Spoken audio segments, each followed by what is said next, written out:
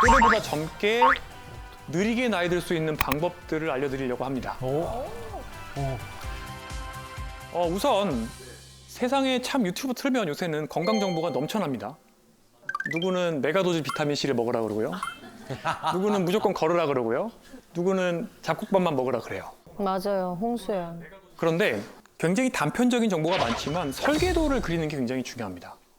생애 주기에 맞게 또는 본인의 체질에 맞게 조감의 뷰를 가지고 설계도를 그려야 돼요.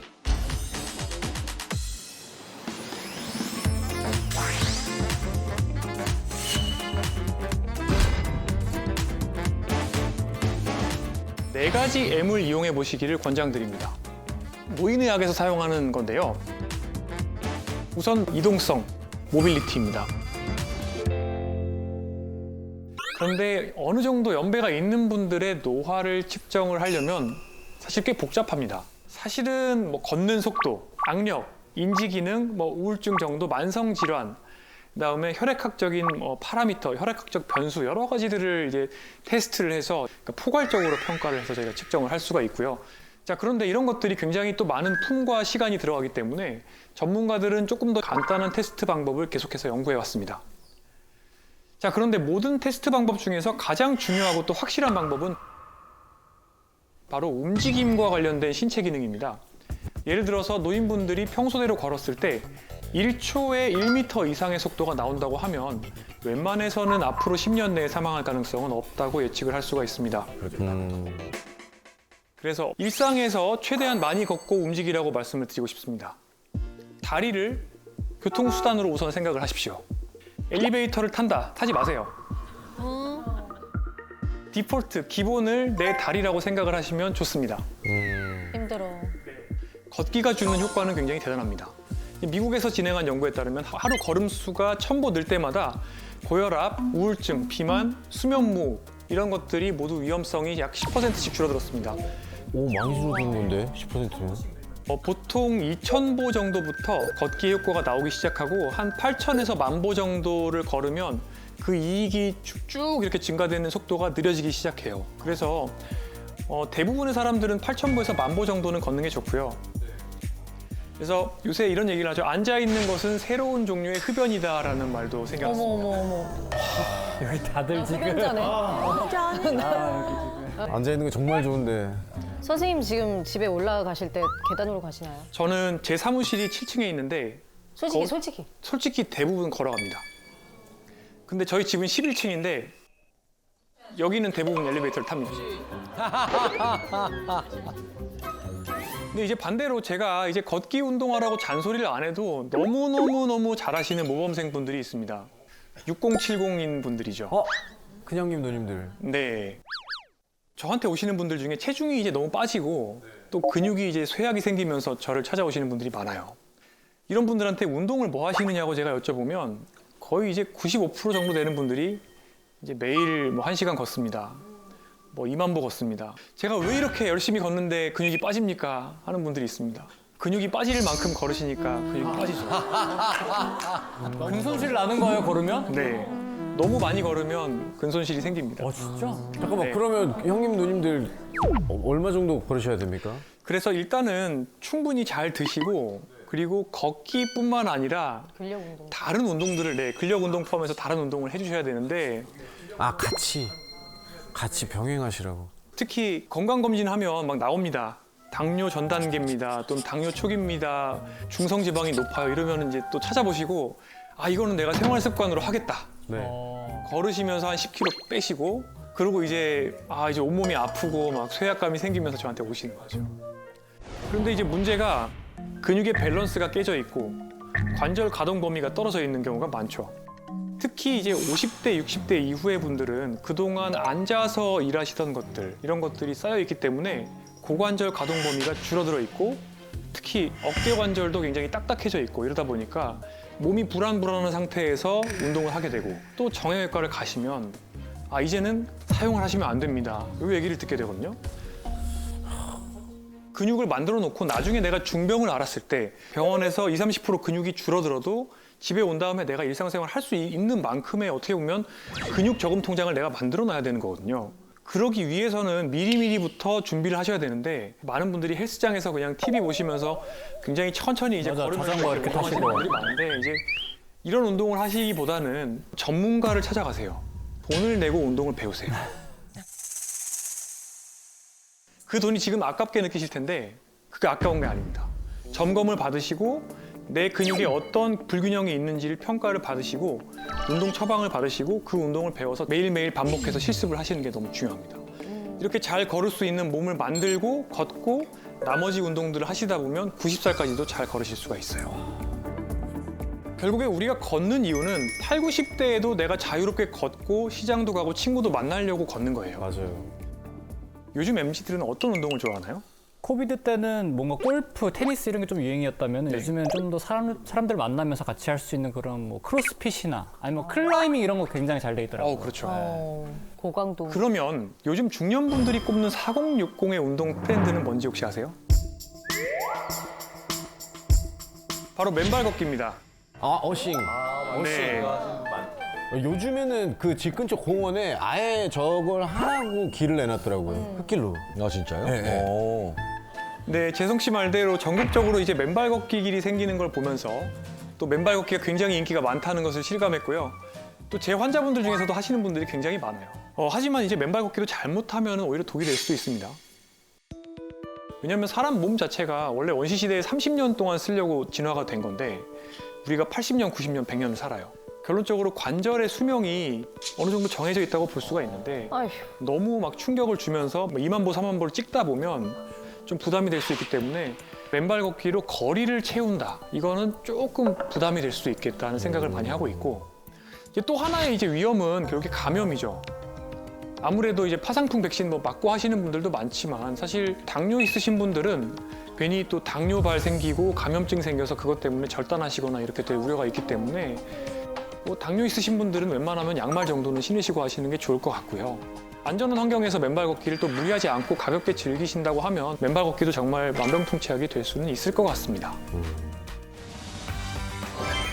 그 다음에 식습관에 대해서 말씀을 먼저 좀 드리려고 아, 합니다. 이거 너무 힘듭니다. 근데 식습관은. 네. 맞아. 앞서 이제 청년과 중년들이 서로가 운동법을 뒤바꿔서 하고 있는 것 같다라고 말씀을 좀 드렸습니다. 먹는 것도 마찬가지로 이제 세대 간에 뒤바뀌어서 건강하지 못한 식습관을 지키는 경우가 좀 있습니다.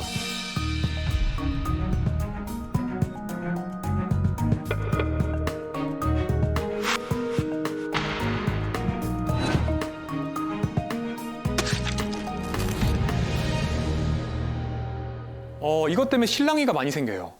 소식, 간헐적 단식, 1일 1식. 다 해봤죠? 수원 씨 다 해봤죠? 다 해봤어요. 그럼 지민 씨도 해보지 않았습니까? 저는 그냥 다 소식해요.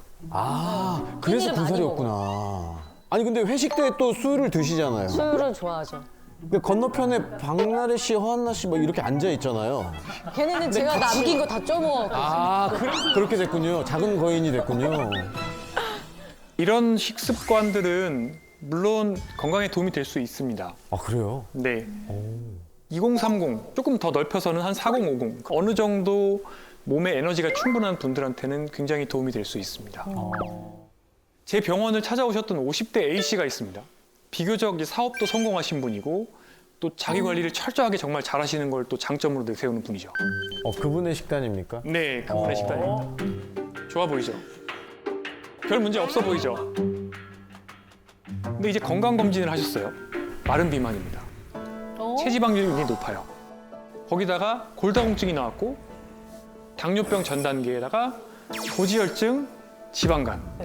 다들 웅성웅성 하시는데요. 네. 식단 나오자마자.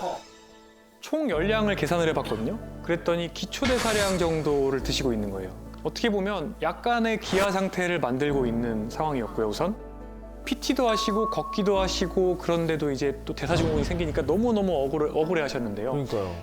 하나하나 따지고 보면 왜 A씨가 만성질환이 생기고 또 마른 비만이 생겼는지 좀 알 수가 있습니다. 일단 바나나, 단순당이 많이 들어있어요. 네, 탄수화물이죠. 요거트에도 들어있습니다. 그리고 정제국물이죠, 시리얼. 아침에 혈당이 스파이크가 생기는 겁니다. 그러면은 그 스파이크가 생긴 다음에 점심 때는 식욕이 많아지죠. 아침에 혈당 스파이크를 경험한 사람은 점심 때 더 잘생기거든요, 혈당 스파이크가. 그때 외식을 주로 하세요. 이 외식에는 또 액상과당이나 설탕이 많이 또 양념으로 들어갑니다. 네. 그래서 점심 이후에도 혈당 스파이크가 또 생깁니다. 아이고. 그 두 번의 스파이크 때 생겼던 과량의 탄수화물은 대부분 다 복부지방으로 즉각적으로 또는 지방간으로 즉각적으로 저장이 되고 있던 거죠. 저녁에는 탄수화물을 피하시려고 고기 위주의 식사를 하시는 것까지는 저는 좋은데 붉은 고기는 사실은 가지사슬 아미노산이라는 게 많이 들어있고 이런 것들이 또 인슐린 저항성을 높입니다. 거기다가 고위험 음주를 하시면 또 만성염증이 생기고 인슐린 저항성이 악화됩니다. 네, 그리고 술 드시면 배고프거든요. 그래서 자기 전에 과일을 드시는데 이 과일도 역시 탄수화물이라서 다시 또 체지방으로 쌓이는 거죠. 결론적으로 이제 A씨는 굉장히 밖에서 봤을 때는 우아한 겉모습을 가지고 계시지만 이제 지방이 배와 간에 쌓이고 또 근육은 빠지는 몸으로 이제 본인의 식단을 이제 만들고 가시는 거죠. 자, 그래서 일단 저는 설득을 해서 안 됩니다. 골다공증 약 드셔야 되고요. 당뇨약도 드시는 게 좋겠습니다. 라고 말씀을 드리고 동시에 이제 식단을 손을 봤습니다. 아침에는 일단 채소 위주 그리고 좀 당분이 없는 단백질 위주의 식사로 구성을 하고요. 저녁에는 자기 전에 드시는 과일을 좀 끊자고 말씀을 드렸고요. 또 붉은 고기를 좀 줄이고 그 자리에 이제 건강한 단백질을 넣었고요. 음주량은 한 번에 최대 와인 2잔 정도로 줄여보자고 약속을 했습니다. 점심은 외식 계속 하십니까? 네, 그래도 점심은 어쩔 수 없을 건데요. 근데 사실은 제가 처방한 당뇨약이 탄수화물의 흡수 속도를 굉장히 느리게 만드는 약이어서 혈당 스파이크를 제어를 할 수 있게 되었죠. 또 정작 이제 놓치고 있던 게 열량을 제한을 하셨는데 열량 자체는 좀 더 늘리셔야 됩니다라고 말씀을 드렸습니다. 근데 여기서 이제 나오는 질문이 있죠. 열량을 더 늘리면 어떡하냐? 네, 너무 적게 먹으면 우리 몸이 들어오는 거를 그대로 다 지방으로 저장하려는 그런 경향성이 생깁니다. 그래서 설득을 해드렸죠. 오히려 지금 기아 상태이기 때문에 들어오는 에너지가 다 지방으로 들어갑니다. 이거가 풀려야 됩니다. 이게 풀려야 지방을 태울 수가 있습니다. 설명을 드렸죠. 3개월 뒤에 어떻게 되었냐? 지방은 500g 빠졌습니다. 오히려 근육은 늘어났고요. 6개월 뒤에 혈당 범위도 정상으로 회복이 됐습니다. 와. 네, 점점 이제 당뇨약도 줄여나갈 수 있게 되는 거죠. 체성분이 바뀌고 몸의 대사적인 특성이 바뀌게 되면서요. 그래서 저는 일단은 60이 넘으시면 웬만하면 고도 비만이 아니고는 살을 빼지 말라고 말씀을 드립니다. 지방도 굉장히 중요한 대사 기관이에요. 지방이 없으면은 인슐린 저항성이 굉장히 심해집니다. 그래서 저는 이분들에게는 단순당이나 정제곡물을 오히려 저는 많이 드실 거를 교육을 하고 있습니다. 이런 것들이라도 드셔서 지방과 근육을 늘리셔야지 결국에는 일상생활 삶의 질도 좋아지고 오히려 질병도 개선된다라고 말씀드린 극단적인 경우도 있는 거죠. 또 어르신들께서 하시는 행동 중에서 무조건적인 영양제 맹신만큼이나 위험한 행동이 있습니다. 이 병원 저 병원 마치 쇼핑을 하는 것처럼 이 닥터 쇼핑 하시는 분들 굉장히 많습니다. 아이고. 네, 저게 이 사진 안에 있는 게 한 분의 약입니다. 딱 보기에도 약이 정말 많죠. 네. 근데 이렇게 약을 쌓아놓고 드시는 분들이 정말 많습니다. 맞아. 77세 CC가 그런 케이스였습니다. 고혈압, 고지혈증 약을 드시기는 했지만 텃밭도 가꾸시고 또 교회로 나가시면서 일상에 불편함 없이 지내고 계셨는데 남편께서 뇌경색으로 입원하게 되면서 스트레스를 많이 받았고 특히 자정 전후로 화장실을 너무 자주 가서 방광약을 2가지 드시기 시작했어요. 방광약을 드시면서 변비가 생기고 또 소화가 안 됩니다. 식사를 점점 못하게 되시는 부작용이 생기면서 기운이 없어지고 그러다 보니까 저녁에 잠은 안 오고 또 잠을 못 자니까 다른 의사 선생님을 찾아가서 수면제를 처방받습니다. 아휴. 점점 낮에 꾸벅꾸벅 조는 시간이 늘어나요. 점점 집중력과 기억력이 떨어지고 가족들이 눈치를 챘어요. 치매 검사를 받아보니까 경도인지 장애입니다. 이렇게 진단을 또 받으시고 전문 치매 약물을 처방받습니다. 이 치매약을 드시고 나서부터는 식욕이 또 떨어지고 또 소화제와 식욕 촉진제를 처방받고요. 이렇게 하다 보니까 정말 큰일이 나겠다 싶어서 위내시경, 대장내시경, 복부 초음파, 심장 초음파 여러 검사를 받습니다. 검사에 나오는 건 없어요. 하지만 어르신께서는 휠체어에 실려 오신 모습으로 저랑 만나게 되셨습니다. 자, 방광약에서 시작을 해서 수면제, 치매약, 소화제, 식욕 촉진제 이런 증상들 가라앉히고 환자분들 편안하게 만들어드린 약들은 대부분 사람의 기운을 빠지게 만드는 약들이에요. 약의 부작용을 약으로 막다 보니까 결국에는 기운이 다 빠진 거죠. 처음 처방받은 방광약에는 인지 기능을 약간 떨어뜨리는 그런 물질이 들어가 있었습니다. 그 이후에 처방받은 치매약의 부작용은 안타깝게도 방광의 예민성을 또 끌어올립니다. 거꾸로 되는 거죠.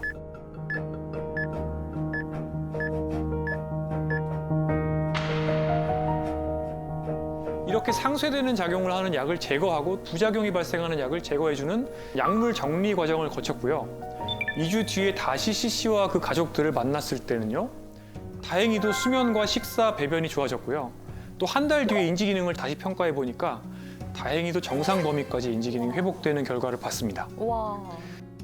이렇게 CC처럼 운이 좋으신 경우도 있지만 굉장히 답답한 경우에는 제가 이제 휠체어 타고 오신 분들도 약 정리를 열심히 해서 다시 걸어 다니시게 만들어 드렸는데 다시 여기가 저리다, 여기가 쑤시다, 어지럽다 하시면서 이 의사 선생님 가시고 저 의사 선생님 가시고 이게 결국에는 점점 약이 늘게 되는 거고요.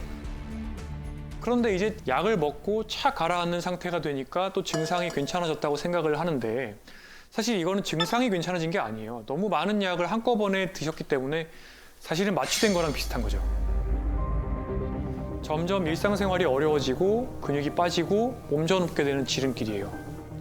자, 그래서 제가 어르신분들께 말씀을 드리고 싶은 거는 뭐냐면 어느 정도는 이 증상을 견디시고 또 받아들이실 필요가 있고 이렇게 살면서 우리가 경험하는 모든 증상들을 약으로 깨끗이 다 없앨 수는 없거든요.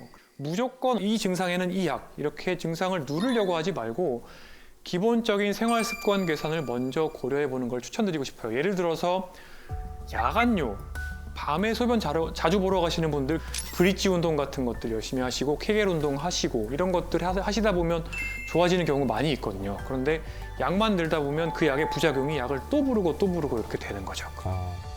그 다음은 마음 건강, 멘테이션입니다. 특히 저는 마음 챙김을 여기서 굉장히 중시하는데요. 마음 챙김을 이해하려면 반대된 상태를 보시면 됩니다. 마음 놓침 상태죠. 정말 목적 없이 스마트폰을 스크롤하거나 쇼폼을 계속 보면서 자극을 탐닉하는 상태에 가깝죠.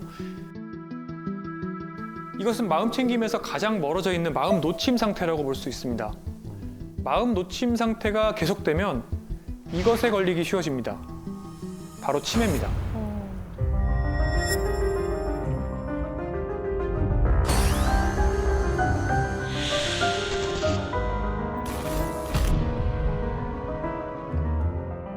치매를 예방할 수 있는 마음 챙김 방법으로 환자분들께 제가 많이 추천드리는 게 있는데요. 바로 명상입니다. 근데 쌤 예전에 화투 네, 하트 많이 주시죠. 치면은 좀 도움 된다고 하긴 맞습니까? 맞습니다. 아 그것도 약간 다른 건데요. 네. 인지 예비능이라고 해서 뇌 성능을 높이는 방법이 크게 세 가지가 있습니다. 첫 번째, 신체 활동, 운동이죠. 이제 두 번째가 머리를 쓰는 겁니다. 네. 세 번째가 사람을 만나는 겁니다. 이 세 가지를 다 하면 좋은데 오. 화투는 일단은 머리는 쓰고요. 또 사람도 만나잖아요. 네. 화투 치러 가려면 집에서 나가서 또 가야 되잖아요. 걸어야 돼. 집까지 걸어가는데 산책. 그치. 집에서 방에서 명상. 완벽한 스포츠네. 시대에 딱 이상적인. 네, 그래서 실제로 브릿지 게임이나 마작이나 이런 것도 좋은 인지 활동이라고 되어 있긴 합니다. 화투도 비슷한 효과가 있을 거라고 생각합니다. 명상을 한 다음에 화투를 치면 나을까요? 화투를 치고 명상을 하는 거. 네, 하트 치고 아니면 읽고 치면서 명상. 읽고 명상을. 사실 예전에는 명상을 약간 도닦는 분위기 뭐 이런 식으로 이제 많이 생각을 했었는데 요즘은 굉장히 많은 글로벌 기업이 자기네들이 명상센터를 따로 가지고 있습니다. 정말 많은 돈을 그 예산을 쏟아부어서 명상의 과학적 효과가 입증이 돼서 근데 명상이 너무 이렇게 어렵게 생각하실 필요가 있는 게 아니라 나를 조용히 온전히 집중할 수 있는 상황에서 신체는 이완시키는 모든 것들이에요. 제가 제일 좋아하는 명상은 달리기 명상, 수영 명상, 걷기 명상입니다. 그것도 명상이 되나? 네, 사고 나지 않을까요? 명상할 때 눈 감는 거 아닌가요? 네, 감을 필요가 없습니다. 그야말로 명상이라는 건 지금 이 순간에 머물러 있으면서 나의 호흡이나 내 관절이나 주변의 느낌들을 비판하지 않고 그대로 느끼고 있으면 되는 거거든요. 서울아산병원 노년내과에서 근무하고 있는 정희원이라고 합니다.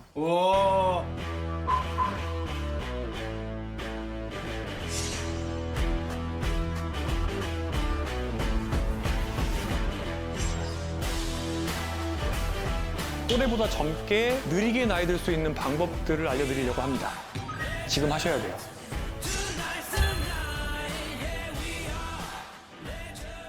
박사님. 네. 근데 저희가 이제 노년내과라 그래서 굉장히 좀 어르신이 오실 줄 알아요. 평생 이 노년내과만 연구하신. 그러니까. 좀 머리 근데 너무 젊으셔서 좀 깜짝 놀랐어요. 노년에 대해서 아세요? 그러니까 이게 아직 너무 젊으셔서 아니 노년을 좀 경험을 해보셔야 되는데 너무 젊으신데. 너무 궁금해서 노년내과? 나도 처음 들어봤어. 무슨 노년내과? 이게 노년 내과로 하기도 하고 나라마다 달라요. 전 세계적으로 다 원래 제리아틱스라고 해서 노인 의학이라는 게 다 있습니다. 맞아.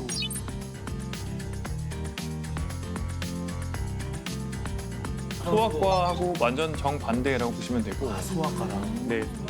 근데 우리 김광규 씨는 그 네. 연세에 비해서 피부도 연세라. 좋으시죠. 맞아, 피부 그치? 좋으시고. 피부 좋지. 네. 보면은 몸도 좋아요, 생기 몸도. 있고. 예. 예. 비교도 건강 관리를 하고 계시는 거죠? 그럼요. 저는 일단은 탄산을 안 먹습니다. 탄산을요? 네, 너무 좋습니다. 탄산. 아까 이렇게 변기에 잠깐 앉으셨는데 못 일어나시더라고요. 근데 이거를 안전바를 잡아야 일어나는 몇점 정도나요?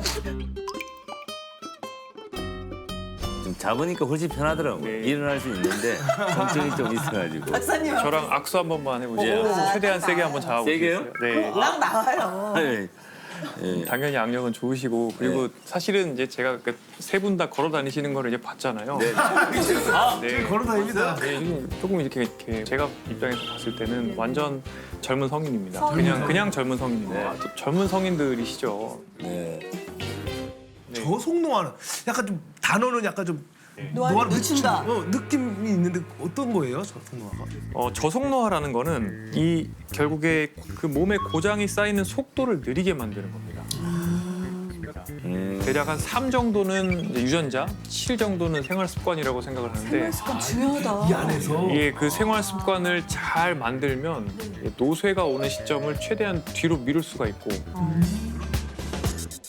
사실 노년내과는 어떻게 보면 이미 노쇠가 온 분들을 보는데 이분들이 어떻게 노쇠하셨나를 이제 위로 상류로 올라가다 보면 결국에 나오는 게 젊었을 때의 생활 습관의 누적인 거죠.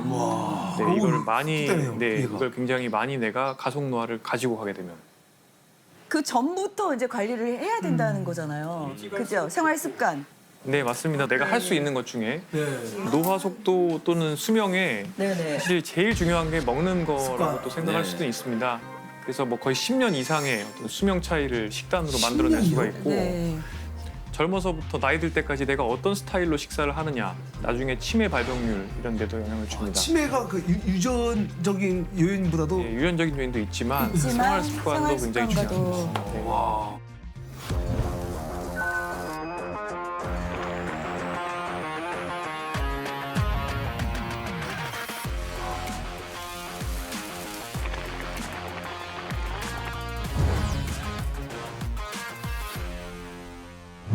저희 중 한번 이렇게 봐주실 수 있어요?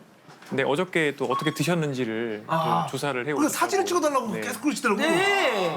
봐주세요. 아, 제가 네. 제 식단인데요. 아이고.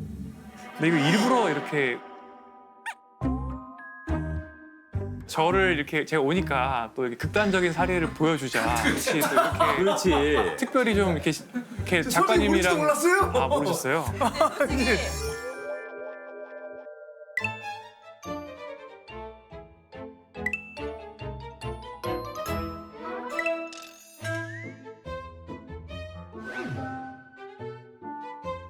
제가 그 탄단지로 해서 탄수화물 단백질을 그냥 섞어가지고 네. 아침은 햄버거를 드셨군요. 햄버거가 탄단지예요? 네, 위에 탄수화물 안에 그 고기 불고기 패티. 그래서 불고기 버거를 시켰어요. 생각해서 시킨 거예요? 네. 나는 종민이 햄버거 보고 얘 어떡하냐 이랬는데 아침에 이것만 드셨습니까? 아니요, 감자튀김도 먹었습니다. 아 혹시 음료는 어떤 걸 드셨어요? 콜라지 뭐. 제로 콜라를 먹었습니다. 저 제 제로로. 하지만 이제 감자튀김은 사실은 정제 국물을 튀긴 거기 때문에 네. 굉장히 안 좋습니다. 네 그리고 햄버거 단품은 그래도 비교적 탄단지 구성이 잘 맞춰져 있다고 볼 수는 있긴 한데 생각보다 염분이 굉장히 많습니다. 그래서 뭐 아침으로 드시기에 그렇게 아주 권장할 만한 식사는 아닌데. 종민 씨 아침에 햄버거로 드셨어요. 그리고 간식은 가속노화 음식을 드셨네요. 가속 노화요? 속 노화라고 그거 맛있는데? 그래서 지금 이 간식은 그래서 이제 거의 이제 제로에 가까운 점수를 받으시고 10년 저녁은 거네 10년. 근데 솔직히 이런 사진은 그 배달 음식 리뷰할 때 너무 맛있어서 사진 찍을 틈이 없었는데 거기에 네. 많이 나오는 거야. 저녁은 이게 느낌이에요. 오케이입니다. 이게 네. 샐러드하고 거기에 이제 연어가 들어가 있고 네. 그 다음에 이제 않아? 밥은 현미밥. 아 현미. 제가 네. 현미밥으로 하고 그 다음 옆에는 이제 좀 이건 너무 좀 헤비하지 않으니까 목을 축이려고 죽여야 되니까 라면 하나. 네, 그래서 라면이 이제 깔깔해서 이게. 그래서 일단 채소를 한 단위 정도 또는 두 단위 정도 섭취를 하셨기 때문에 좋고 통곡물을 섭취하셨으나 예. 라면은 또 튀김 유탕 처리가 되어 있기 때문에 예. 지양해야 하는 또 식품입니다. 그래서 빵점이다. 마이너스 이렇게 드시면 이렇게 같이 먹었으니까 괜찮았네. 쌤쌤? 쌤. 제 생각에는 가속노화 식단 그룹에 들어간다고 보시면 되겠고 가속 노화. 이제 빨리 가는 거죠? 네, 그러면 이거를 계속 유지하시면 조기의 치매를 경험하실 가능성이 한 2배 정도 높다. 조기침이에요? 그러니까 치매가 남들보다 뭐 한 10년쯤 빨리 올 수 있다. 요즘도 좀 깜빡깜빡 하거든요. 예, 나하고 동갑이야. 이런 식단을 하시면 안 된다. 예. 짠하다. 제 너는 빨리 실버타운에 빨리 들어오든지 돌봄을 좀 받아야 될 것 같아. 진짜 그런데 야 원이 진짜 너무. 야 저는 너무 아침 이게 이렇게 먹어 진짜로. 거짓말 너무 근데 이렇게 꾸며놨다. 이게 꾸미지 않아서 자세히 이게 보면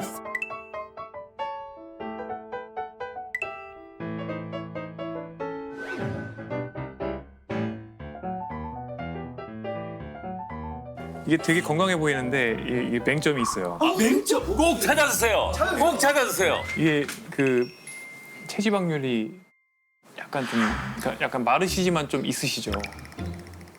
마르지만 체지방률을 이제 그 찍어보면 여기 보면 이게 왼쪽은 다 좋아요. 근데 이 치아바타 빵 2개는 근데 이게 혈당을 진짜 빨리 올려요. 이거는 그 흰쌀밥보다 지중해식 빵인데요? 하지만 구멍 많은 거? 네, 하지만 안 돼요? 안 돼요? 아닙니다. 이거는 이제 그래서 유사 지중해 식단입니다. 이게 지중해 식단으로 착각하시는 분들이 많은데, ST. 네. 그다음에 이게 주스잖아요. 주스 안 돼. 착즙을 해도 어차피 액상거당이에요. 이 과일을 째로 드시면 과일은 굉장히 좋습니다만은 그걸 주스 형태로 드시게 되면 액상과당을 그냥 직방으로 섭취하는 거기 때문에 결국에는 혈당 스파이크. 혈당 스파이크. 예, 그래서 요게 이제 이거를 액상으로 먹게 되면 직방으로 혈당이 올랐다가 인슐린 맞고 떨어지면서 다시 한 1시간 지나면 굉장히 허기가 지게 되죠.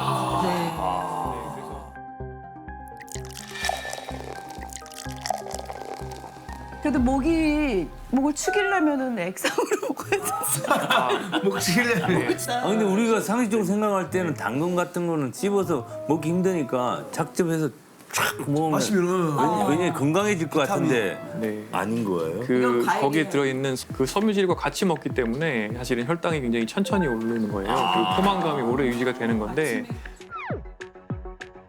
첫 끼를 이렇게 혈당 변동성을 내주면 점심 저녁에 더 건강하게 먹어도 또 결국에는 인슐린 더 많이 나오고 끼가 중요하네. 노화속도 빨라지기 때문에 치아바타빵을 빼고 주스를 빼고 이거를 보기 못하신답니다. 아, 그건 뺄까요? 주스 대신에 예. 100% 두유를 달지 않은 거. 네, 전혀 달지 않은 거고 여기 렌틸 넣으시면 네. 안 배고파요? 그 다음에 올리브 오일을 좀 드시면 아침에 배가 안 고플 겁니다. 올리브 우유는 그냥 올리브 오일, 네, 올리브 오일을 이거 우유가 있나요? 아니 올리브 우유 맛있겠네요. 올리브 우유를 그냥 한 숟갈 떠먹어요? 올리브 우유를 한 숟갈 드셔도 되고 이런 데 뿌리셔도 됩니다. 아 뿌려서? 네. 그렇죠. 네. 예. 점심은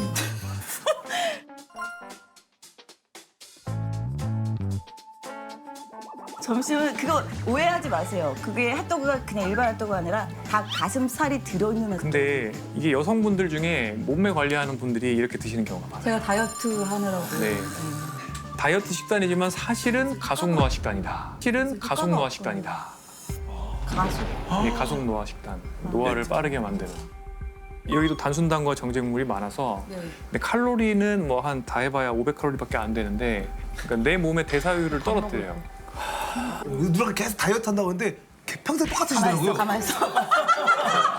이게 어떻게 보면은 이제 내가 충분히 먹으면서도 혈당 변동성을 줄이는 식사를 하시는 게 굉장히 중요합니다. 근데 아이고 또 간헐적 단식 하시는군요. 아이고 또 간헐적 단식 하시는군요. 16시간 공복 이런 거. 오후 한 5시부터 아침 한숨이세요? 이게 칭찬 받을 줄 또 알아요. 맹점이 있어요. 냉정. 이 간헐적 단식을 우리나라 분들이 요새 되게 이제 열풍인데 하세요. 많이 하시는데 좋아하시고 SNS에서 엄청 많이 뜨니까. 그런데 먹는 것을 내가 멈추고 운동을 안 하면 지방보다 근육이 먼저 타요. 그럼 운동을 하면 그래서 네. 지금은 어떻게 하고 계신 거냐면 빠른 탄수화물 위주로 드시면서 그 다음에 굶고 있는 동안엔 계속 움츠리고 있으니까 근육을. 네. 그러니까 기초 대사율은 더 줄어드니까 더 조금만 물만 먹어도 살이 찌는 것 같고. 그런 사람들이 많잖아요. 물론 먹고 살찐다. 내가 밥 많이 먹디? 그래요? 아니요. 에? 저는 정말 많이는 안 먹거든요. 많이는 막 안 아, 드시고. 요새 많이 안 먹네. 근데 진짜 물만 먹어도 살찐다. 그리고 체지방률이 안 줄죠. 네. 그리고 이제 연배가 있으시니까 이제 호르몬 변화가 오니까 체지방률이 슬슬 늘어요. 체지방이 정말 말도 안 되게 이건 내 먹는 거랑 상관없이 늘더라고요. 그러니까요. 그래서 저속노화 식단으로 바꿔보세요. 저속노화로. 예, 예. 저속노화는 검색하면 나오나요? 요새 뭐 엄청 많이 나오고요. 우선 식습관을 탄수화물을 느린 탄수화물을 먹고 그다음에 근력 운동을 충분히 해서 몸을 지방을 태울 수 있는 몸을 만들고 네. 그러면 저녁에 굶지 말고 그럼 단백질을 뭐 좀 먹을까요? 그 아까 말씀드린 아침이랑 비슷하게 드시면 될 것 같아요. 그래서 이거는 방송. 75점. 75점. 그것 때문에. 아우 김광규 선생님 보면 뭐 제대로 드셨네. 아유.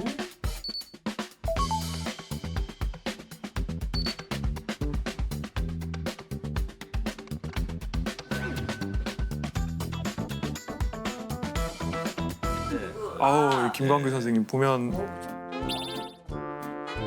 아유 버섯이 일단 굉장히 마음에 듭니다. 그리고 예 김치찌개에도 보면 이제 돼지고기 뒷다리가 들어 있고 채소도 있습니다. 예, 치킨이 고등어 조림. 아 고등어 조림. 지금 이거는 80점은 되는데 네네.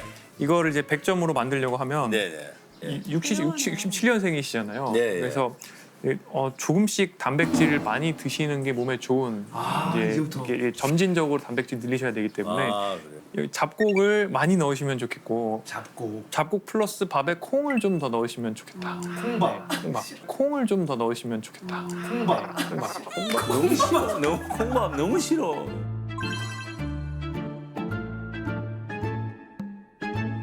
또 나도 흰쌀밥이 맛있지 맛있지. 너무 맛있어. 그렇죠. 소화도 잘 되고. 콩을 좀 한 네. 5알 넣도록 하겠습니다. 네, 그래서 이제 흰쌀밥으로 완전히 언제 가느냐? 언제 이제 가냐?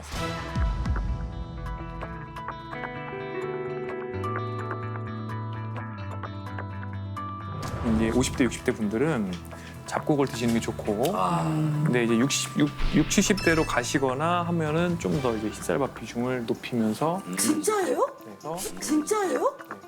거의 쌀밥은 독약이다 막 이런 식으로 막 그렇게 인식이 네, 되어 있잖아. 맞아요. 아니, 그러니까 저한테 무조건 잡곡 드시라고 했는데. 맞아. 현민병. 그렇다고 해서 잘 걸어 다니시지 않으세요? 아니요. 근육이 별로 없으세요? 네.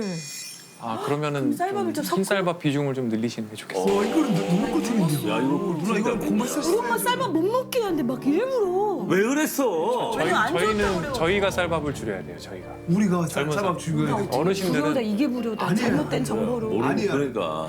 그때는 고단백질 이쪽으로 가야 되는 거죠. 근력 운동을 하고.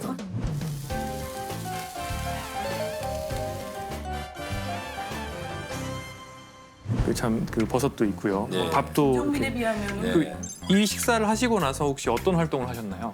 이 식사를 하고요? 네. 들어 누웠습니다. 이 식사를 하고 소파에 잠깐 네. 이래서 TV를 봤죠. 아, 쓰러진 거 아니에요?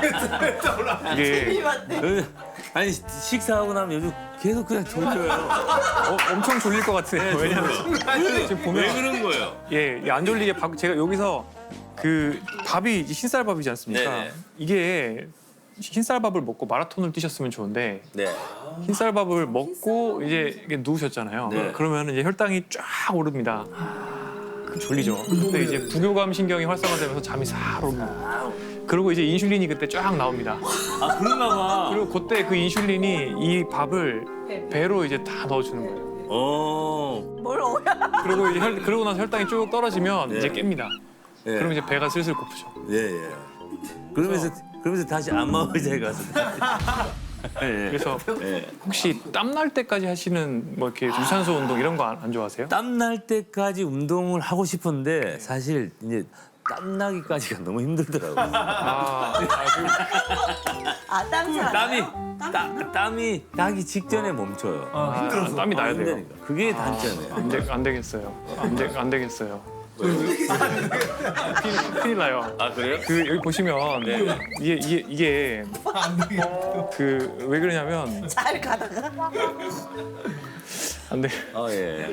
그 격렬한 운동을 하느냐면 그러니까 땀도 좀 나고 산도 좀 타고 여름에 예. 뭐 수영도 좀 하고 예.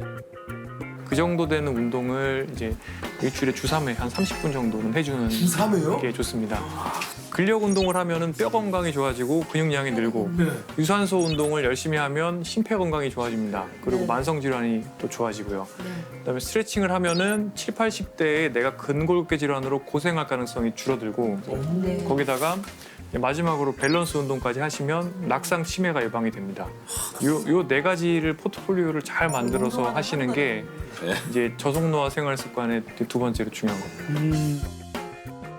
당뇨병이나 고혈압이나 관절염, 암 이런 것들을 유발한다고 생각하는 무서운 질병이 하나 있습니다. 그게 뭘까요? 불면증? 비만입니다. 비만. 비만. 네, 비만. 근데 제가 왜 갑자기 비만을 말씀드리냐면 잠을 잘 못 자면 살이 빠지지 않나 이렇게 생각하실 수 있는데 반대입니다. 수면 부족은 비만의 굉장히 중요한 원인입니다. 수면 부족은 호르몬 분비에 영향을 주거든요. 우리 몸에는 그렐린이라는 호르몬하고 렙틴이라는 호르몬이 있습니다. 그렐린은 허기를 느끼게 하는 거. 그 수치를 증가시킵니다. 그러니까 점점 더 배가 고파져요.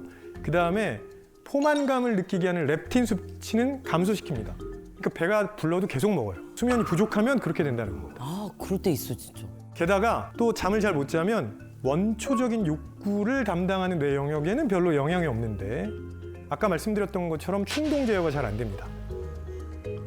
그러니까 계속 먹는 거죠. 실제 연구를 진행해 봤는데요. 참가자들 불러가지고 첫 4일 동안은 8시간 반 자기 합니다. 그 다음에 나머지 4일 동안은 4시간 반만 자기 했거든요. 그리고 먹는 양을 비교해 봤는데 8시간 반 잤을 때보다 4시간 반 자면 하루에 300kcal를 더 먹습니다. 한 끼를 더 먹는 거. 그러게, 한 끼를 더 먹는 거. 300kcal 더 먹는다고 큰일 날까라고 생각하실 수 있는데 1년에 10만 kcal씩 계속 더 드시는 거예요. 그치. 아, 그렇구나. 게다가요, 잠을 못 자면 칼로리가 높거나 당분이 많은 음식 있죠? 이걸 더 먹고 싶어 합니다. 분명해. 그래서 야식을 먹고. 또 굉장히 치명적인 영향을 끼치는 게 있는데 치매입니다. 치매요?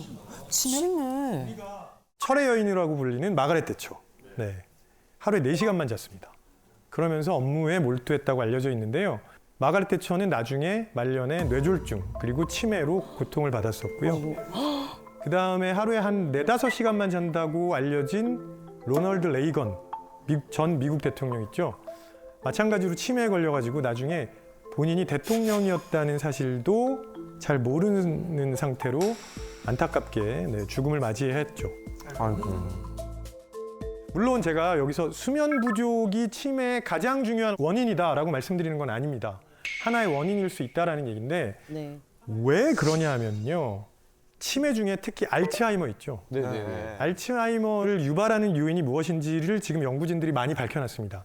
그 대표적인 원인이 아밀로이드 단백질의 변형이거든요.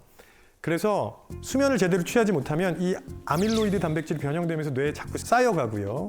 그게 끈적거리는 덩어리를 형성해가지고 주변에 있는 뇌세포를 죽입니다. 그래서 치매로 이어질 수 있는데 충분히 자면 어떻게 되냐? 우리가 자는 동안 뇌를 청소를 해줍니다. 글림프 시스템이라는 게 있는데요. 이게 뇌를 청소하는 시스템이거든요. 그래서 우리가 자는 동안 이 글림프 시스템이 그런 변형된 단백질들을 싹 청소를 해주는 거죠. 잠은 필수네, 필수. 그래서 제대로 자지 않으면 아밀로이드가 더 많이 쌓이게 되고 그게 자꾸 악순환을 유발하게 됩니다. 그래서 꼭 수면 신경 쓰셔야 되는 거죠. 일찍 자고 일찍 일어나는 게 좋다. O일까요? X일까요? 오 아닐까요? 일찍 자고 일찍 일어나는 거? 그때 자야 뭐 키도 큰다 그러고 뭐. 오 아닐까요? 그래도. 속담도 있잖아요. 일찍 일어나는 새가 벌레를 잡는다. 그쵸. 그러면서 야 속담도 있는데 일찍 일어나야지라고 말씀하시는 분들도 계세요. 가장 대표적으로 일찍 일어나셨던 분이 정주영 회장. 이분 4시에 기상하셔서 6시 20분이면 회사 본관에서 간부들과 조찬회의. 아 6시 넘어서요? 그러면 이제 이거를 정말 부지런하고 그래서 이런 사람들이 성공한다. 이 말이 틀렸다는 말이 아닙니다. 근데 이게 누군가에게는 정말 괴로운 일이었을 거예요. 맞아. 이게 맞으면 괜찮은데 누군가는 6시 20분에 좋지. 왜 그럴까요? 오해하시는 게 뭐냐면 이거는 내가 연습하면 된다 아니고요. 사람들마다 각자 본인의 수면 주기가 있습니다. 신기하다. 연습한다고 안 되는 거구나. 그래서 그 수면 주기에 따라서 잘 시간 정도가 되면 체온이 슬슬 떨어져 가기 시작하고요. 잠든 다음에 한 2시간 정도 됐을 때 체온이 가장 많이 내려갑니다. 그래서 이 리듬을 따라서 주무셔야 돼요. 왜냐하면 우리가 자던 안 자던 간에 이 리듬은 계속 반복되고 있거든요. 이게 대략 24시간보다 조금 긴데 이게 이제 최고점과 최저점이 있겠죠? 사람들마다 다 다른 겁니다. 그래서 어떤 사람들은 이른 낮에 최고 수준의 각성 상태가 되는 반면에 밤이 되면 일찌감치 졸린다. 흔히 말하는 아침형 인간이죠. 아침형 인간이 한 40% 정도 되고요. 또 어떤 분들은 저녁형 인간. 그래가지고 늦게 자야 되고요. 심하면 오후에 일어날 수도 있습니다. 자기 시간이 있군요. 네. 이게 다 다르거든요. 그러니까 내가 부지런하지 않다 이렇게 생각하실 필요는 없습니다.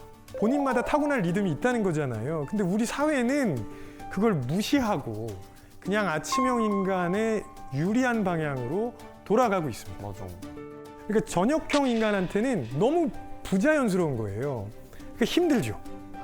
그리고 이게 건강상의 문제로도 이어질 수 있습니다. 아니 그러니까 처음부터 아예 모두 다 아침형 인간으로 태어났으면 별 문제가 없을 텐데 왜 인간이 이렇게 다양한 수면 주기를 가지고 있도록 되어 있을까요? 예를 들어서 인간이 모두 다 아침형 인간이면 밤에 인간이라는 종족이 취약해집니다. 맞네. 생존. 네. 이 생존에 아주 위험한 상태가 될 수밖에 없어요. 그래서 아침형 인간과 저녁형 인간으로 분리되어 있으면 취약한 시간대를 줄일 수 있다는 거죠. 그러면서 각자 필요한 시간에 자고 서로를 지켜주는 겁니다. 그래서 어떤 사람은 DNA에 넌 일찍 일어나야 돼. 어떤 사람은 DNA에 넌 늦게 자고 늦게 일어나. 이렇게 새겨져 있는 거예요. 그러니까 단순히 저녁형 인간이 게으른 사람이다. 이건 잘못된 표현이죠. 맞아요. 편견 깨야 돼. 네, 그래서 그냥 각자의 시간형에 맞게 이렇게 좀 융통성 있게 일정표를 만드시는 게 중요하고요. 이걸 위한 사회적인 고민도 좀 필요하지 않을까 싶습니다. 네. 자, 우리가 얼마나 자야 하는지에 대한 고민은 혹시 해보셨습니까? 몇 시간 정도 자는 게 맞을까? 그건 모르겠어요. 연령대별 적정 수면 시간입니다. 오래 자야 되네. 청소년은 8시간에서 10시간 정도 자야 되고요. 심지어는 청소년은요.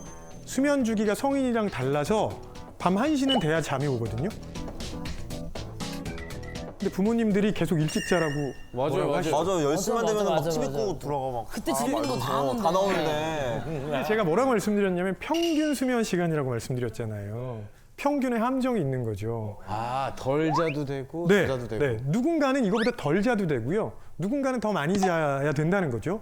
조금 짧게 자는 사람들을 숏 슬리퍼, 길게 자는 사람을 롱 슬리퍼라고 하거든요.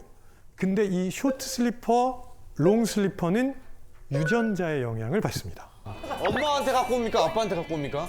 두 분 중에 한 분이 예를 들어서 저녁형 인간이면 아이가 저녁형 인간이 될 가능성이 높습니다. 아, 우성과 열성이 있군요. 이 연구가 굉장히 많이 진행되고 있는데 제가 유전자라고 말씀드렸잖아요. 일종의 돌연변이 유전자예요. 가장 대표적인 유전자 중에 하나가 BHLH-E41이라는 유전자인데 유전자 변이가 있는 사람이 반올림해도 0%입니다. 없는 거예요, 그러면? 거의 없다는 뜻이구나. 극단적인 쇼트 슬리퍼는 거의 없다고 보셔도 됩니다. 조금 짧게 자도 되는지 좀 더 길게 자는 게 좋은지를 확인하셔야 되잖아요. 네. 중요한 거. 네, 내가 진짜 유전자 돌연변이가 있는지 없는지도 좀 궁금하고 아직은 상용화된 검사는 없고요. 다만 요즘 스마트워치 많이 나와 있잖아요. 네. 그래서 확인해 보실 수 있습니다.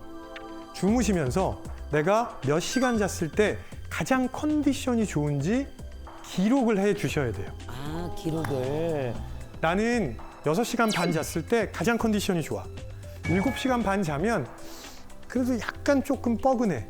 9시간 자면 허리 아파. 이런 기록들이 있어야 돼요.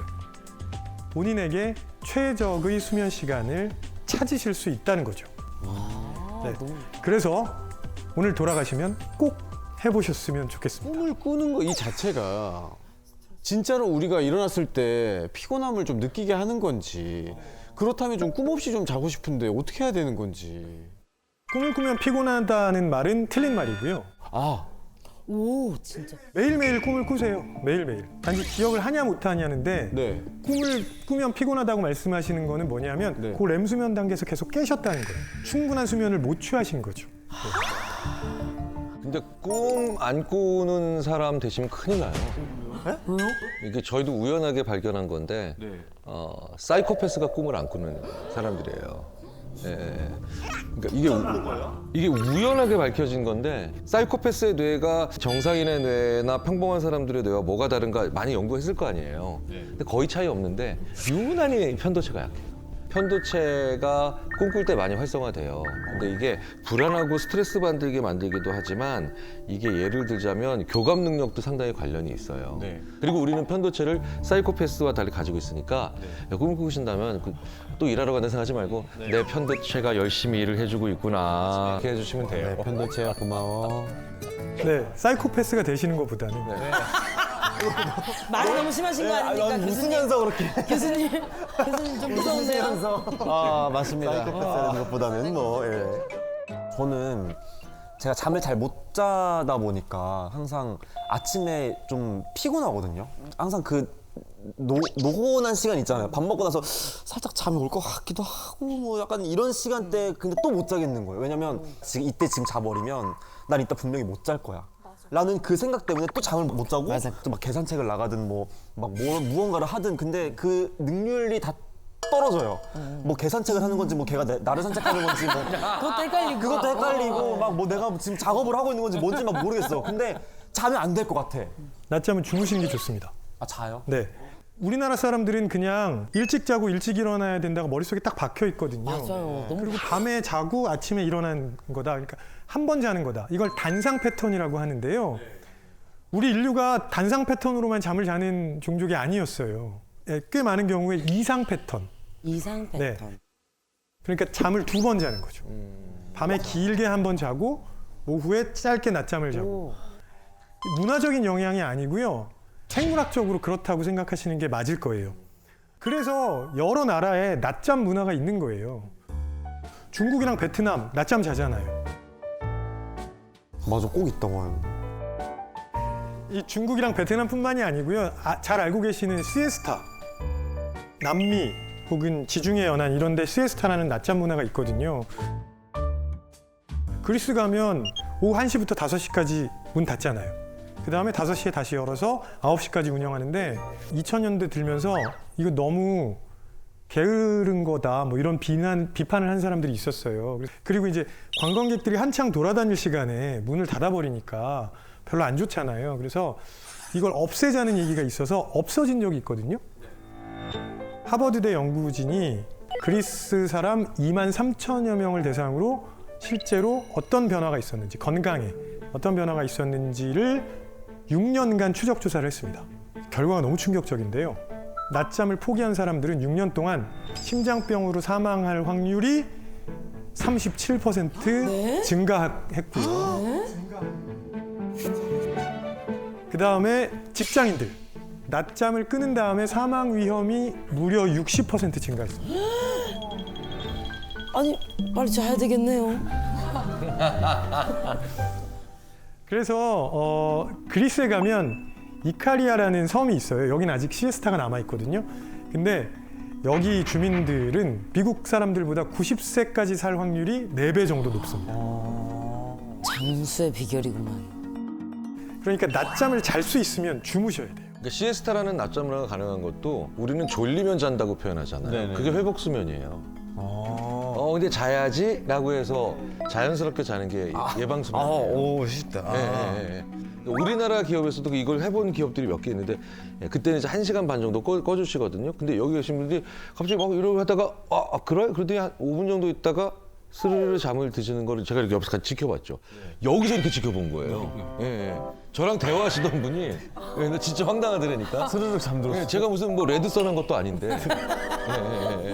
그러니까 그게 우리가 회복 수면할 때 너무 잠이 안 오면 그때 오히려 자야지 하면서 잠을 못 자는데. 맞아.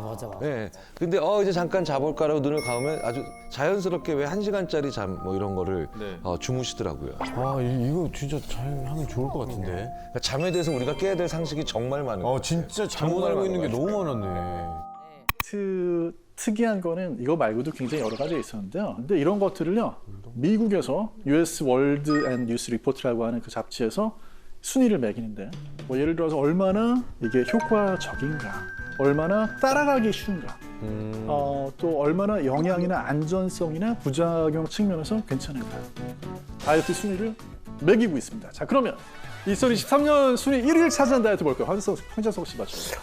이게 접근성이라는 항목이 이제 들어가면은 제가 봤을 때 운동이 약간 제어가 되는 경향이 있을 것 같거든요.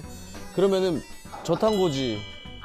저탄고지. 그거 유행이었죠. 거기다 또 요즘 많이 또 드시는 게 약간 올리브 오일을 곁들여서 하면 되게 건강에 좋다 해가지고 좀 그렇게 좀 식단을 짠 것들이 아닐까.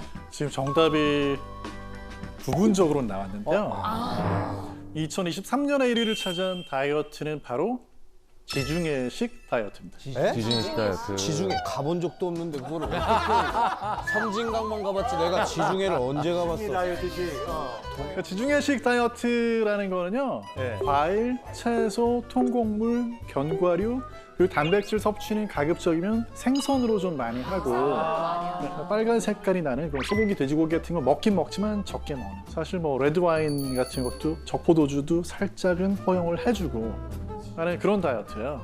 사실 이제 지중해식 다이어트를 따라할 때 어떤 분들은 그럼 나 이제부터 올리브유 먹어야지, 그리고 뭐 레드와인 괜찮다니까 와인 마셔야지 해서 그 두 가지만 가지고 오시는 분들이 있는데, 이렇게 해서는 살만 더 찝니다. 지중해식 다이어트를 할 때 우리가 그렇다고 지중해식으로 매일 먹을 수는 없잖아요. 한국 사람인데. 평소에 채소, 과일 많이 섭취하시고, 그리고 밥에 가급적이면 잡곡밥으로 통곡물 넣어가지고 하시고, 견과류 같은 경우는 어떤 경우에 드시는 게 제일 좋냐면, 아까 제가 왜 식단 조절할 때 포만감 오래가게 하는 방법 중에 하나가 지방, 단백질이 풍부한 식단이라고 말씀드렸잖아요. 그걸 식후에 드시면 아무 도움이 안 돼요. 식전에? 식사하기 15분 전쯤. 그러면 미리 브레이크가 걸리는 거죠. 왜냐하면 견과류가 처음에 위에 들어오면 우리 몸에 생각하기에 이거 소화가 좀 오래 걸리겠다. 좀 천천히 음식을 좀 위 안에 오래 가둬야 되겠는데, 그래서 포만감 오래 가는 거죠.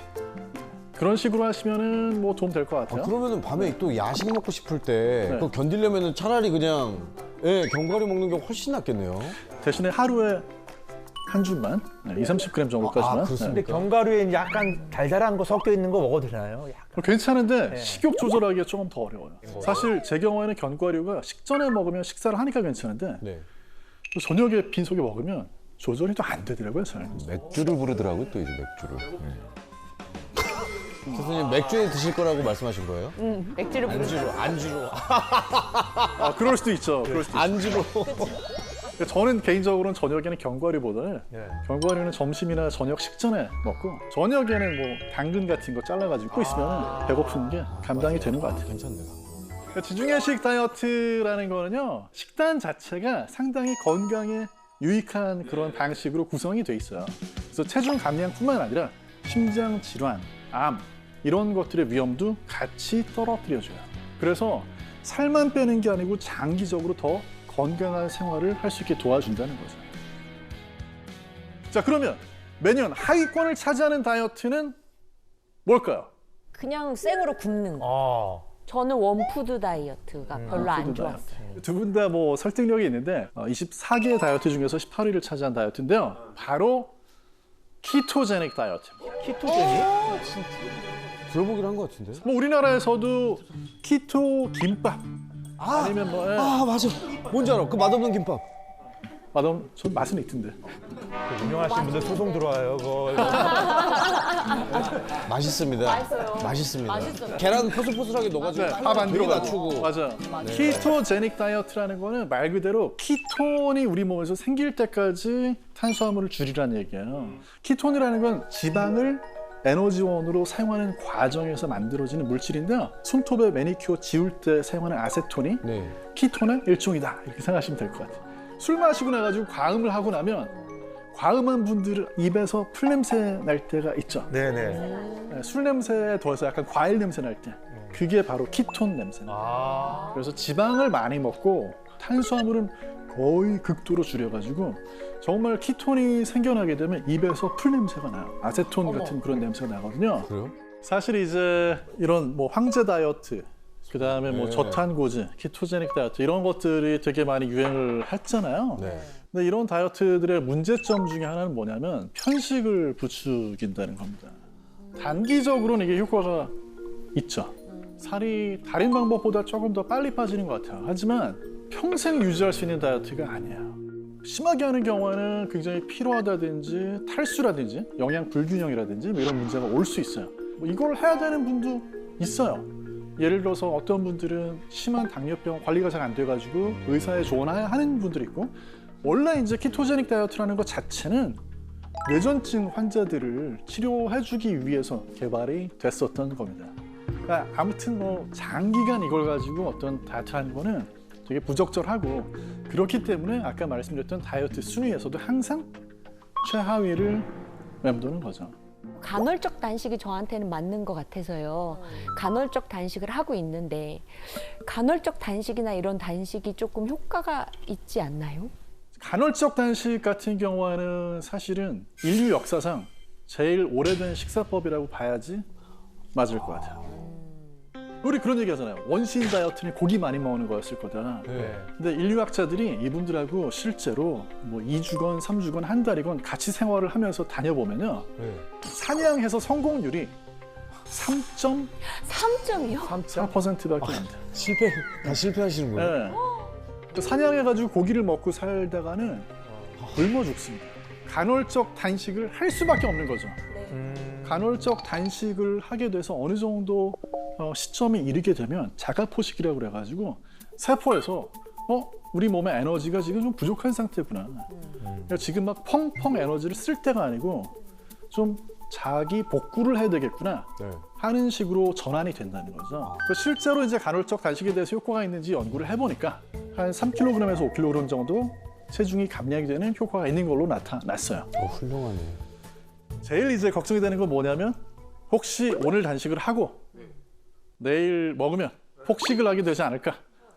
사실은 전날 먹은 거에 비해서 다음날 한 10에서 20%밖에 더 많이 안 먹어요. 그러니까 결국은 말이 간헐적 단식이고 사실은 소식인 겁니다. 그러니까 뭐 이렇게 막 엄청나게 많이 먹을 것 같지만 기회가 오면 생각보다 적게 먹는 거죠. 질문이 있는데요. 위가 줄어드는 데는 얼마나 시간이 걸리나? 위가 줄어드는 기간만 알면 다시 복구가 돼도 약간 그 정도만 노력하면 되겠구나 싶어서. 위장의 크기 자체는 다이어트를 한다고 해서 줄어들지도 않고요. 아, 진짜. 아, 거짓말이네. 적게 먹으면 위장이 줄어든다고 했잖아. 들어도 다이어트에 별로 도움이 안 돼요. 뭐 사실 위를 크기를 줄이는 게 문제라고 한다면 위를 잘라내거나 뭐 하는 수술 말고도 위에 풍선을 집어넣어도 되겠죠. 근데 위에다가 풍선을 집어넣어서 공간을 줄여주는 그런 방식으로는 효과가 거의 없습니다. 그러니까 우리가 음식을 먹을 때 중요한 거는 음식을 먹고 나가지고 뇌에서 어떻게 포만감을 느끼고 어느 정도 먹었을 때 멈출 수 있고 하는 거지 위가 뭐 이렇게 작아진다고 해서 도움이 되지는 않는데. 네, 그걸 이겨낼 수 있는 방법은 사람한테는 되게 많거든요. 그래서 다이어트에는 사실 효과를 떠나가지고 굉장히 위험한 그런 다이어트들도 많거든요. 뼈말라족이라고 얘기 아마 들어보셨죠? 뼈말라족. 네? 뼈만 가죠? 뼈만 가죠? 네, 뼈말라족. 뼈만 가지고 사골 볶은 가지고 뭐지? 날씬한 걸 넘어서 가지고 뼈만 남은 거죠. 네. 저는 실제로 그런 분들을 본 적이 있어요. 왜요? 사실 누가 봐도 다이어트를 안 해도 되는 이미 너무 날씬해서 네. 약에 도움이 필요 없는 분들인데 이분들이 이제 그런 다이어트 약을 처방을 타러 오는 경우가 있어요. 경박증 아니야? 불행히도 이제 이런 마른 몸을 선망하는 10대 청소년이 많다 보니까 이 10대 청소년들한테 퍼져 있는 아주 위험한 다이어트 방법들이 있습니다. 어떻게 해요? 그러니까 이제 몇 년 전에 한국 여고생들 사이에서 실제로 이제 진통제 다이어트라는 게 유행을 했었다고 하거든요. 진통제 다이어트. 네, 진통제를 한 번에 막 여러 알을 먹는 거예요. 너무 위험한데. 그러면은 구토랑 설사를 계속하게 돼가지고 야, 그거 사흘 만에 뭐 5kg이 빠진다더라. 이런 속설이 SNS를 타고 번져가지고 문제가 됐었죠. 학생들이 그러니까 좀 걱정이네요. 근데 이제 뭐 어지러운 거는 물론이고 진통제를 그런 식으로 한 번에 여러 알을 먹게 되면은 간 기능이라든지 또는 위장의 손상이 일어나게 돼가지고 정말 치료를 제대로 받지 않으면 사망에까지도 이를 수 있는 그런 위험한 다이어트입니다. 근데 또 이제 식욕 억제제나 보조제 이런 것들도 아마 이제 다수 언론 보도를 보셨겠지만 이제는 식욕 억제제라고 하면 위험한 약으로 인식을 하고 있죠. 뭐 특히 이제 나비약이라고 그래가지고 성분은 펜터민이라고 하는 성분이 들어있는 거거든요. 이제 이 약을 가지고 다이어트 하려다가 마약 사범이 되고 환각제 이런 거구나. 부작용이 심하네요. 그래서 청소년들이 그렇다고 병원 가가지고 처방받는 거는 못 하겠으니까 인터넷으로 또 불법으로 이 약을 구입을 하고 오남용을 하다가 경찰에 이제 붙잡혀가지고 왜냐하면 이런 것들이 전부 향정신성 의약품이거든요. 그래서 문제가 아주 심각한 거죠. 이 펜터민 부작용에 대해서는 아마 언론 보도가 워낙 잘 돼 있어가지고 많이 들어보셨을 거예요. 이제 배우 중에 양기원 씨라는 분이 실제로 이제 본인의 체험담을 말씀해 주셨는데 허공에다 뭐 주먹질을 하고 길에 뭐 누웠다 점프를 하기도 하고 그런 이제 뭐 도로에서 이제 뭐 갑자기 막 차량에 뛰어들려고 하기도 하고 이런 것 때문에 경찰에 결국 체포가 됐죠. 그 원인에 대해서 이제 이 다이어트 약을 자기가 복용했더니 그로 인해 가지고 환각이나 환청이 생긴 것 같다. 그렇게 얘기를 했거든요. 사실 그런 환각이나 환청은 좋은 내용인 경우가 별로 없어요. 그러니까 사람을 굉장히 괴롭히죠. 제주도에서 이제 운전하다가 육중 추돌 사고를 일으킨 그러니까 이분이 그 당시 증언을 보면 전쟁이 나가지고 사람들을 피신시키려고 하는데 경찰이 방해를 하고 있다. 이런 횡설수설까지 했다고 하거든요. 그러니까 이제 되게 특이하죠.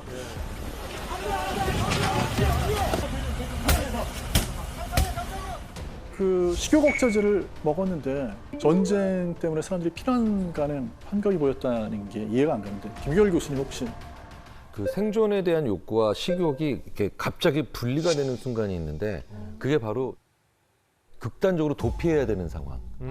네, 그때는 식욕이랑 분리가 되거든요. 어머. 네, 그래서 뇌가 이제 역으로 식욕이 분리가 되네라고 하면 난 지금 도피를 해야 되는 상황이 아닌가? 환청의 종류를 그렇게 결정하는 게 아닌가 싶기도 해요. 네. 네, 사실 제가 생각하기에도 그런 부분이 분명히 작용하는 것 같아요.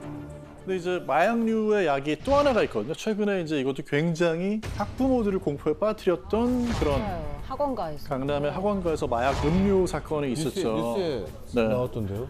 근데 이제 여기에 사용이 된 약은 원래는 ADHD라고 하는 이제 그런 문제가 있는 경우에 쓰는 그런 약인데 이걸 공부 잘하는 약으로 이제 둔갑을 시켜가지고 이 약을 쓰면은 뭐 기억력이 상승하고 집중력이 강화가 된다. 사실은 건강하고 정상적으로 문제가 없는 청소년들한테는 그런 효과가 있다는 거에 대해서도 논란이 많이 있어요. 그런데 이제 마치 그런 것처럼 해서 이제 마약 먹은 학생 부모한테서 돈을 뜯어내려고 하는 그런 이제 보이스피싱 사건이 또 연루가 돼 있었죠. 근데 이제 여기에 실제로 음료를 마신 학생들이 증상이 좀 나타나니까 성분을 검사를 해보니까 메스암페타민, 히로퐁이라고 하는 진짜 무서워. 마약이네. 애들한테 어떻게 그걸 줄 수가 있어? 진짜 나빴어요. 그죠? 그러니까 아니 그거를 참나 이게 어이가 없어갖고. 이 사건에서 사실 이제 언급이 된 게 메스암페타민 그 기초가 되는 약은 암페타민인데요. 이 암페타민이라는 약이 원래는 이 약을 개발할 때는 천식약으로 개발을 했었어요.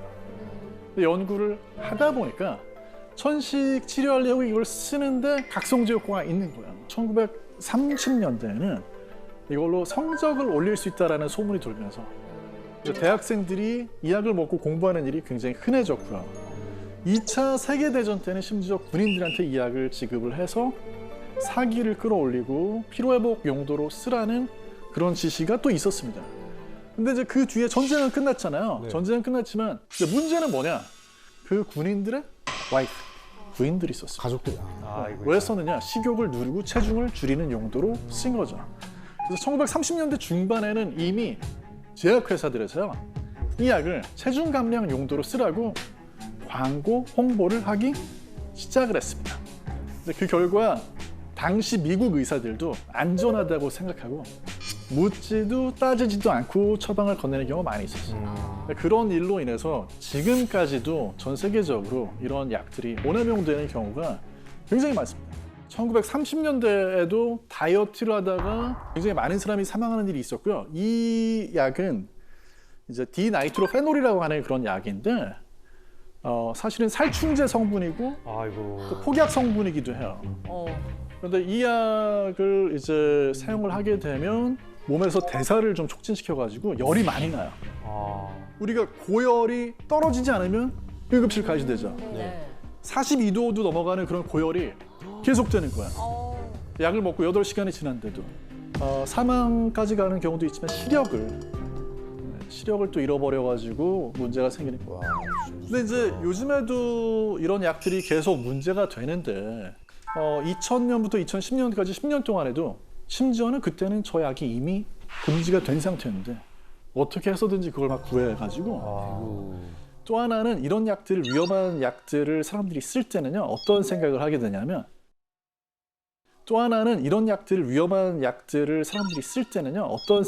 되냐면 효과가 좀 있는 것 같은데 내 맘대로 하나를 더 먹어볼까? 2알 더 먹어볼까? 하다가 응급실에 실려갈 때까지 가는 거죠.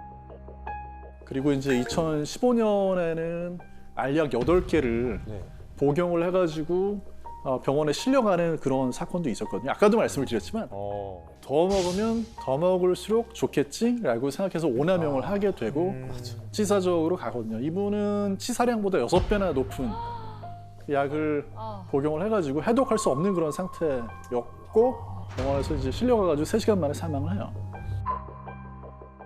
근데 제가 아까 말씀을 드렸을 때는 이제 비만의 종말이라고 말씀을 드렸는데 지금 제가 말씀드리고 있는 약은 도대체 어떻게 작용을 하길래 결정적인 차이가 있습니다. 가장 결정적인 차이는요, 아까 사실 김경일 교수님께서 말씀을 해주셨는데 뭐예요? 뭐 말씀하셨어요?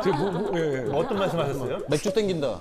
아까 견과류 먹으면 맥주 땡긴다는 말씀. 그러게요. 네. 기존의 식욕 억제제는요, 사람의 뇌에서 위험하다고 하는 흥분을 시키는 신호를 계속 보내는 그런 약이에요. 생각해보세요. 예를 들어가지고 밥을 먹으려고 식탁에 앉아 있는데 바로 저쪽에 호랑이나 사자 한 마리가 나를 쳐다보고 있다. 밥이 넘어갑니까? 안 넘어가요. 밥이 안 넘어가죠. 이런 원리로 사람을 흥분시키는 약이에요. 그러니까 지금은 도망을 가야 된다. 지금 긴장을 해야 되니까. 지금 밥을 먹을 때냐? 하루 정도는 그럴 수 있겠죠?